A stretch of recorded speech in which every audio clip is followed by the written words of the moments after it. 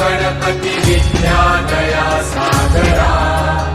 अज्ञानत्वहरुनि बुद्धिमति दे आराध्य मोरेश्वरा चिन्ताक्लेश दारिद्र्य दुःखहवते देशान्तरा पाठने